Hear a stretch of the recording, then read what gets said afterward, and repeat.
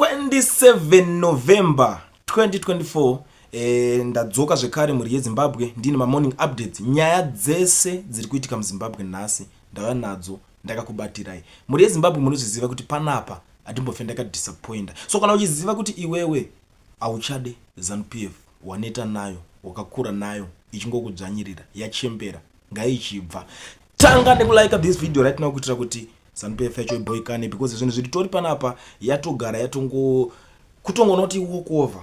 Vanhu ngavachibva because vari kutadza. Nyaya dziri panapa nhasi dzakawandisa, ndava nenyaya dzakasiyana siyana dziripo.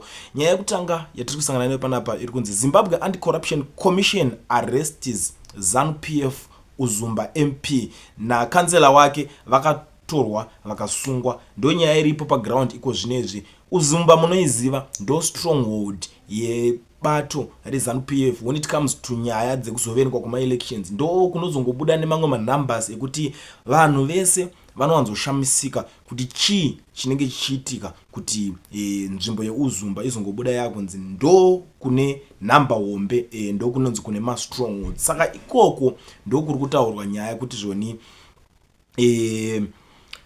MP wacho na kansela wacho vanovamirira ikoko, vanoshanda ikoko vachishandira bato ravo, vari kunzi vasungwa ZACC Anti-Corruption Commission. I don't know kuti chii chinenge chiitika, but tiri papo ndiri kuonawo vanhu vari kucomplaina nenyaya yeload shedding.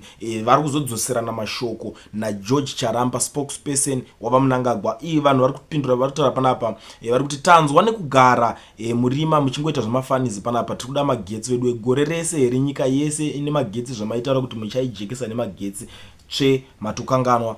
Ndo pari kupindura kuti tenga sola iwe dununu.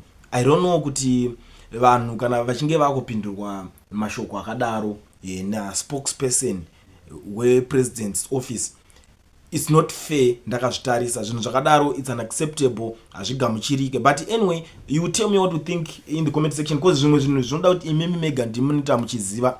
Tiri panyaya futi iyo yemanhingirikeni yemagetsi kunetsa kwari kuita. Ndiri kuona Dr. Walter Muzembi, former minister wekuZANU-PF, ari kubudawo panapa ari kuti Wange Power Station is a technical goblin. Since Mudzuri's time as energy minister, I don't know of any power station in the world that repeatedly fails and millions are poured into it as an invoicing scam.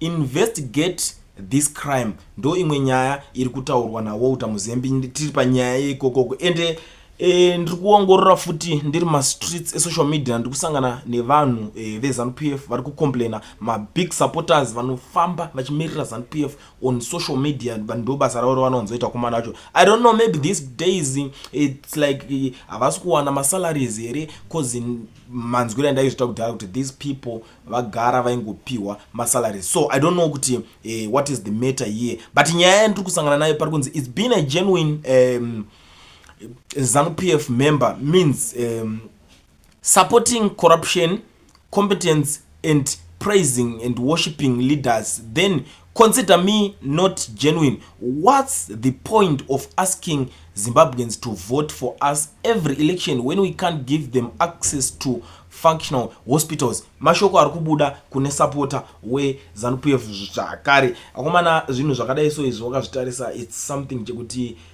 vana vembwa vasvinure musi 1 vanenge kutanga kuti vachisvinura vachivhura maziso mbijana zvichitoenda zvakadaro kuti imimi kana muchiti tiri kuti tiri loyal tonge tichikupraise muchikanganisa chii chakadaro ichocho. Zviri nane mugare matoti hatisisiri venyu. I don't know guys kuti munoionawo sei zvakare, but tiri papo ndiri kuona Gabriel Chaibva ari kutaurawo nyaya matauriro ari kuita. Ari kuti makambozviona here kuti Jacob Mafume is far better than Nelson Chamisa. He talks of local problems and seeks their solution, while Chamisa is all about his ego. I don't know kuti munoitoro sei iyoyo. You know that these people, they say whatever they want. Vanotaura zvinhu zvakasiyana siyana, but it's something chekuti ndichazosira kwamuri kuti muzojudge, because these people verodhara Chamisa this Chamisa that in this era, in these days. I don't think kuti nyaya dzekuti vanoramba vachingotaura zvaChamisa, but they no, ende vari kuona kuti havasisina chekuopoza chacho. Muri kuona ndo pari kunetsera nyaya yacho. But you tell me what you think pakupengeruka uri kuitwa but chendazofarira honorable Zivu former honorable atingati I don't know kuti honorable unozobviswa because kana usisiri MP atingangozoramba chingonzi honorable unenge watobva ipapo angambori MP wa ZANU-PF ari kubuda panapa ari kukanda mashots kuna Shabangu ari kuti overnight politicians biggest mistakes following individuals over party ideology loyalty should be to the party, not a person. Learn from 2017 and MDC CCC experience. Stay principled. Musaite sachabangu pamare apa avakunzi ausi muridzi ndo nyaya iripo bvadzika futi akati worst sellout in our country's history, greedy, cowardly, evil, destructive. I've got my reasons for disliking him. Ndo nyaya iripo ari kutaura kuti aina ndimufarire. I don't know kuti munoiona say that kind of approach iri kubva nekuna Zivu ichienda kuna Chabangu, because ini at the end of the day andidi zvokuzoti Chabangu akuya kuti but uona zvinhu zvaunga kufambisa zvichitaurwa about me. I don't want that. Ndingotaura nyaya zviri kuitika the way it is, the way vanhu maonera vanenge vachizviita. Elias Mudzuri ari kuuyawo panapa ari kuti Nelson Chamisa's reliance on his personal charisma and popularity rather than building a strong and ideological grounded party is a major weakness that lead to the fall of CCC. Surely a party with no constitution and structures mustn't expect to defeat the fully equipped ZANU-PF. Mashoko mamwe ari kuoneswa vanhu ipapo.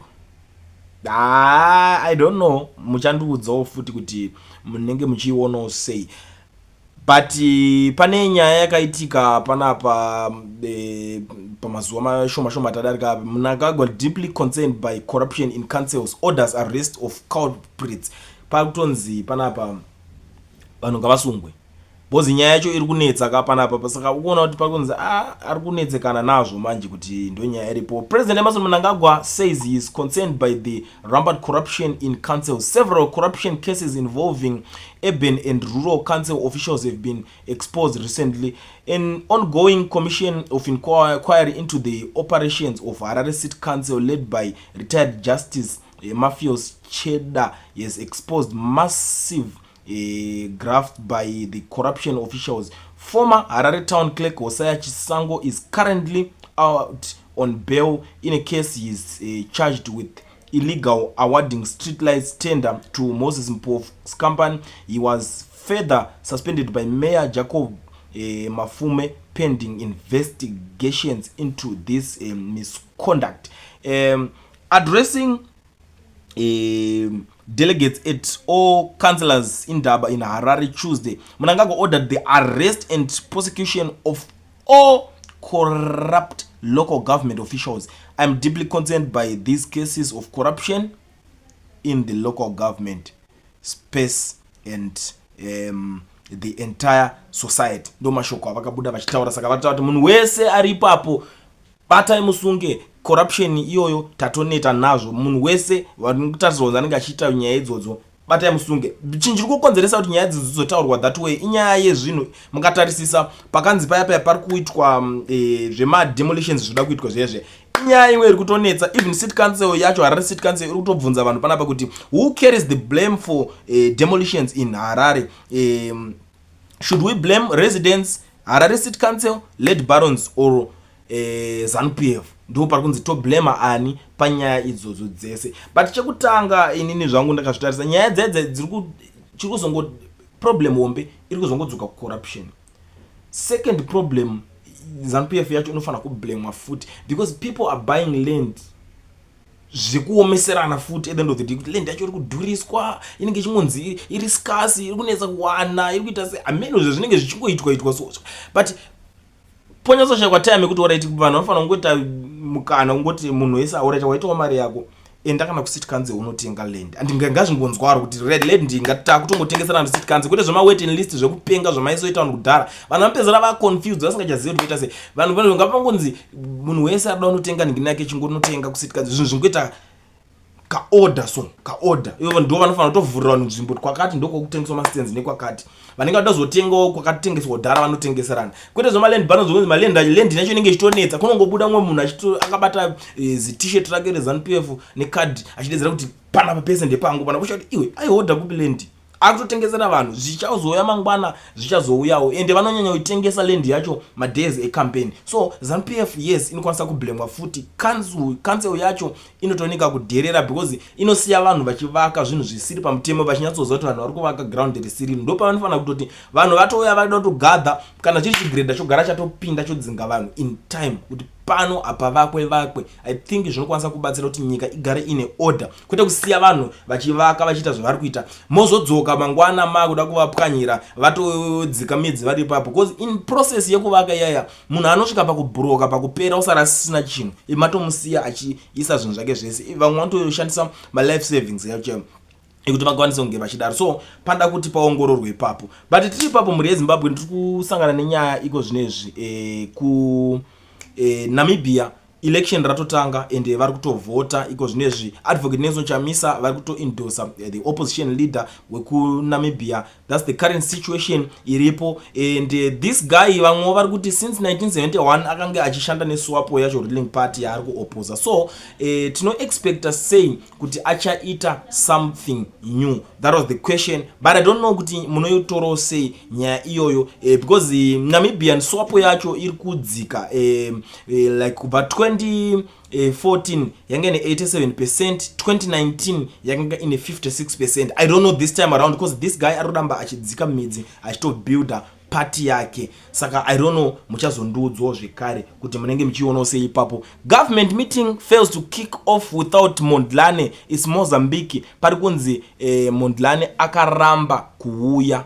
kumeeting, akaramba kuuya kumusangano waiitwa ikokoko. Saka zvinhu zvacho zvikunzi yakangosara ingori meeting isina basa because ndiye munhu wacho ari kunzi main actor pari kunzi anga akadedzwa yataurirane ari kunzi akaregedza kuenda. Saka yakazongoitwawo meeting wo but I don't know what it means kana munhu achinge aramba but panapa ZANU-PF iri kuzotaurawo something kuti Joan the 5th of Africa International Church founder Archbishop Dr. Andibai Makururu has met Frelimo Secretary and Mozambique's 2024 presidential winner Comrade Daniel Chapo in Maputo, Mozambique ahead of tomorrow's peace praying session between 9:30 a.m. to 2:30.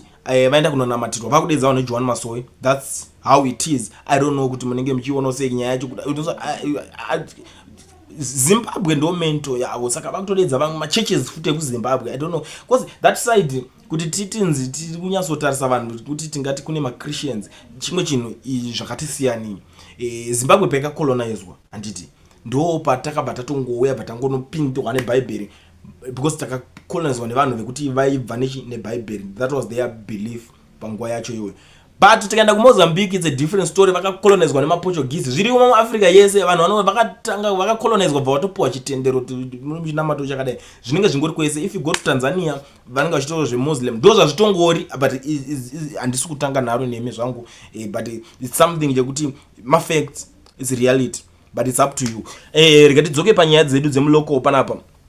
ZANU-PF iruramba chingovhura hombe. Owning 2 dogs in high medium density suburbs is a criminal offense. Ndo nyaya iripo kunzi wewe wane imbwa especially uchigara tumayadi tudiki hanzi mhosva. Ndo nyaya iri panapa rekani mbotira kudzika nayo iri pa the Herald ndo payakabudiswa nyaya yo. Owning 2 or more dogs on a property that is smaller than 2,000 square meters is a criminal offense, while owning 4 dogs on larger properties is also prohibited by Harare's dog bylaws. Areas measuring less than 2,000 square meters include Warren Park, Wesley, Cranbourne, Marlborough, Melbourne, Arcadia, Mavuku and Avondale, while areas measuring 2,000 square meters and above include Greystone Park, Shawasha Hills and Gletwin Park. Furthermore, owning a dog without a permit is also an offense, as is breeding dogs and allowing them to roam the street. According to the Harare Dog and License Control by Law, Section 4 of 1, no person shall keep more than 2 dogs on any property measuring less than 2,000 square meters or more than 4 dogs or any property. In Section 12, no owner shall allow their dog to roam without restraint beyond the limit of their property, and every dog owner shall ensure that their property is secured and gated to keep the dogs within the limits. Sit acting chamber Warren Chiwara said owning a dog requires a permit. Failure to comply with the bylaws incurs a level 3 fine or imprisonment for up to 6 months or both a fine and imprisonment, he said. Saka wao resura 6 months mujeri nyaya yacho kana uchinge watadza kuzocomply hanzi kana vaneimbwa inini zvine musoro panyaya yese out of everything chine musoro chataurwa nje kuti kana uchita mbwa yako make sure kuti uri kugara pane juropo kuti inokwanisa kugara iri mugedhi mako. That one is fair. But izvo kuzonziwo kana une space yakadai so ukazoita imbwa I think I don't know zvangu kuti guys munozoona sei because zvinhu zvacho zvimwe zvima policies zviri muZimbabwe zvinoda kutobobviswa munomu kuti inyatsova a free country, a free nation. Imbwa dzinokanganisa chiko kana dzine munhu muyadhi make ndinayo for example ndenge ndichaafforda inini ndo inenge iri security yangu ndoita imbwa 1 pamurabaraba weyadhi kuti ndite sei ndipindirwe ndibirwe. What's that? Chii chakadaro ichocho? But I don't know guys, zvimwe zvacho zvinoda kuti zvitonyatsogara pasi. Zvinhu zvakadai izvi tinonyatso sure tanyatsoyana kwamuna zvamuri tikuexplainira zvinhu zvirimu so that mugara muchiziva mapolicies acho anenge achiiswa. Pamunenge muchiona paya tichibuda tichijamuka paya next time munobva mazoziva kuti these guys vari kuziva zvavari kutaura. Because a lot of people vanozouya kavachiti but iwe why uri kudai so why uri kuvenga. Ndo zviripo kumana ndo nyaya inenge ichiitika hapana anenge achivengwa asi panenge pachiudzanwa chokwadi. Amen. Kana nyika yacho iriyo madiro amunoita kunge inge iri munongogamuchirwa zviripo inini ndakutoringokuudzaiwo zvinhu zviripo. So ndisati ndabuda guys before I end this pane nyaya yahombe iri munongoziva kuti pesa hatishaye hope inenge yavhurwa. Pari kunzi pana amai nemwanasikana wavo vakazoapia mukoti mai manje vari kunzi vakatengesa mwana wemwana wavo a teenager girl ane 16 years anga aita mwana saka vakunzi vakanotengesa mwana iyeye $180. Ndo nyaya dzimwe dziri kuitika muZimbabwe. I don't know inzara kusatoziva here kukosha kwevana kana kuti chii chinenge chiitika.